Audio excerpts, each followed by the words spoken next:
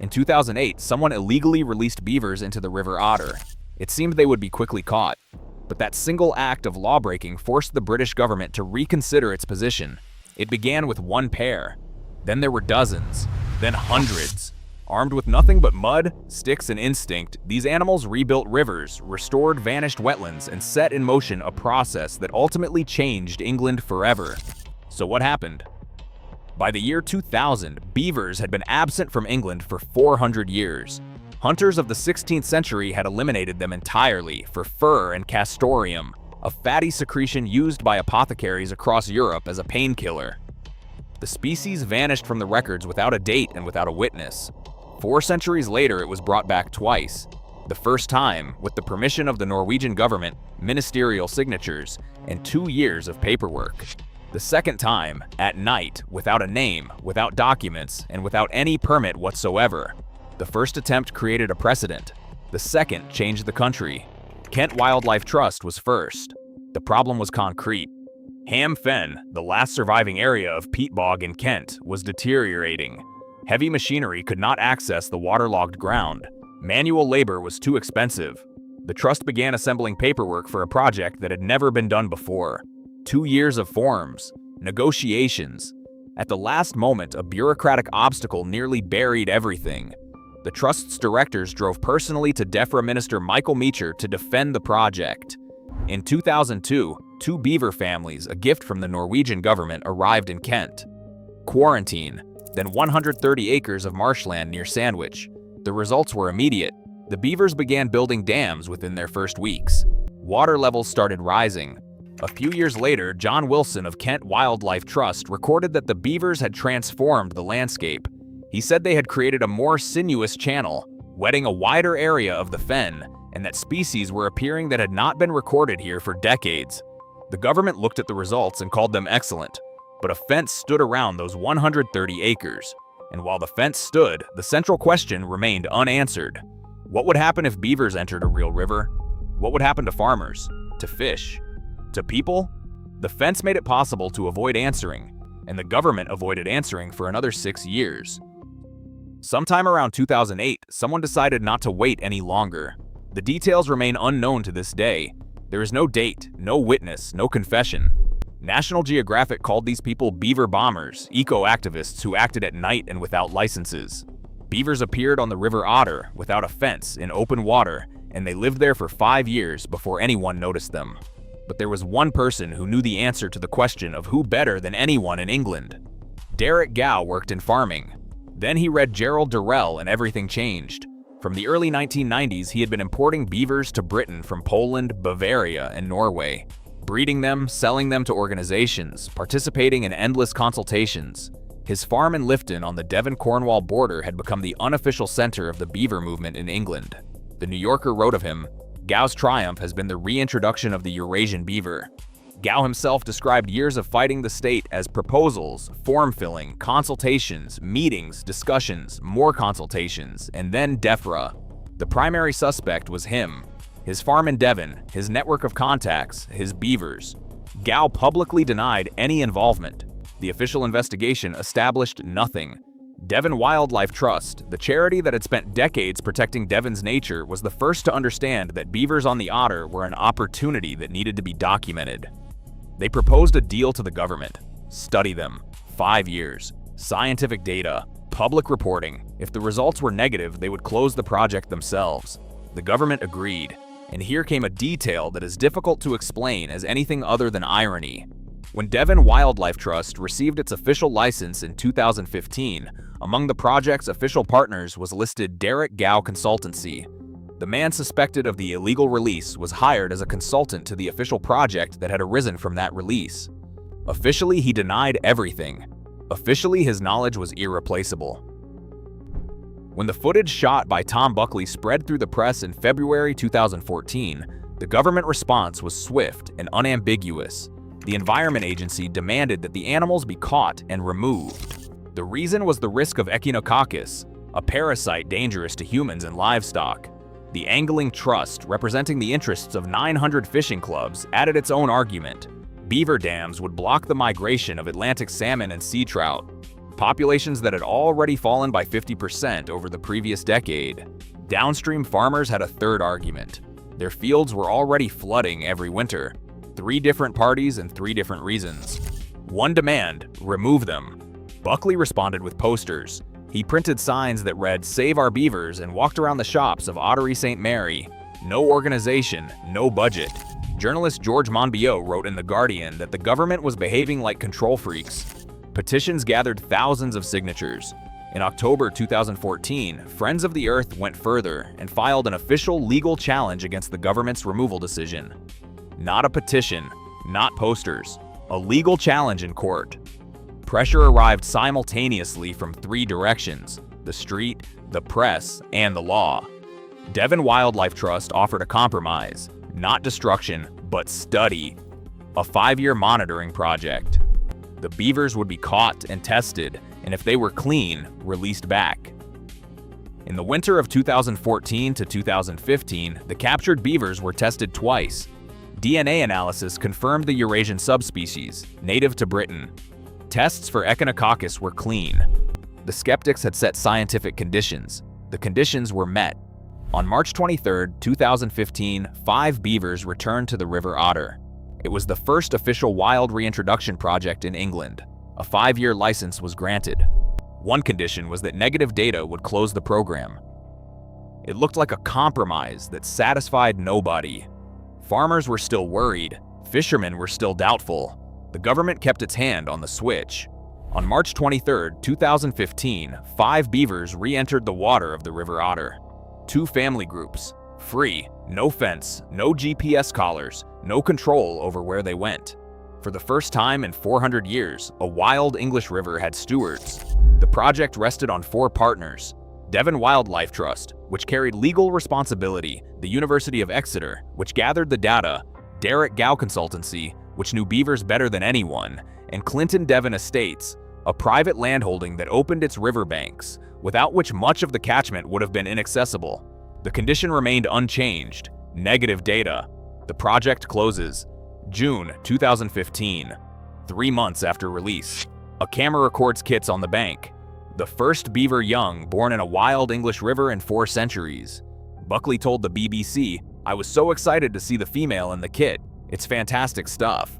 The project had no scientific results yet, but it already had an answer to the most important question. The beavers were breeding. By 2018, beavers were being recorded far from their original locations. They were moving up and downstream into the catchment wherever the water suited them. No one had sent them there, but not everywhere were they welcomed. Over 5 years, the beavers caused damage on 5 farm properties. In one case, they flooded 0.4 hectares of organic potato field. The land became unworkable. A cattle crossing ended up underwater. Orchards were protected with netting against gnawing. Here, the project differed fundamentally from Ham Fen. There, the fence resolved conflicts automatically. Here, every conflict had to be resolved individually with a specific farmer on a specific field. The solution was called a beaver deceiver, a pipe threaded through a dam so that water passed through without the beavers detecting it. The animals kept building. The level no longer rose. The beavers were fooled by their own construction. By the end of 2020, 2 families had become 15, without any targeted resettlement. 5 years. And not once was the project closed. In February 2020, the final science and evidence report was published. The first figure: 28 dams along 1.9 kilometers. That is 0.3% of the total length of the watercourses.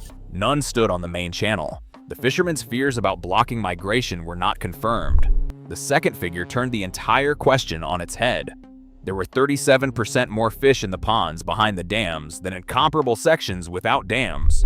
Juvenile trout and salmon colonized the slow, cool water, shelter from predators, abundant food, and temperatures that did not climb to critical levels for young fish in summer. The project's most dangerous question produced its most unexpected result. The beavers had not destroyed the fish. They had created habitat for them that no longer existed in the river. The third figure concerned East Budleigh, a village that flooded regularly every winter. One family of beavers had built 6 dams upstream. Peak flood flows through the village were measurably and significantly reduced. A scientific paper by Brazier gives a broader figure: Beaver systems can reduce peak floods by up to 60%, even during the heaviest rainfall. A fourth result stood apart. Where beavers had built 13 dams, the water downstream became cleaner. The ponds settled manure, slurry, and fertilizers from agricultural land to the bottom. Nobody had set this as an objective. And fifth, something that had been in no plan. Water voles, a species that had been disappearing across England for decades. On the otter section, their numbers began to recover. They simply appeared where banks of the right structure appeared. Nobody had built anything for them. The beavers had already done it. Mark Elliott, who led the Devon Wildlife Trust project, said after publication, "We were all surprised by the ability of these animals to thrive once more in our wetland ecosystems." But the final report clearly recorded something important not to forget.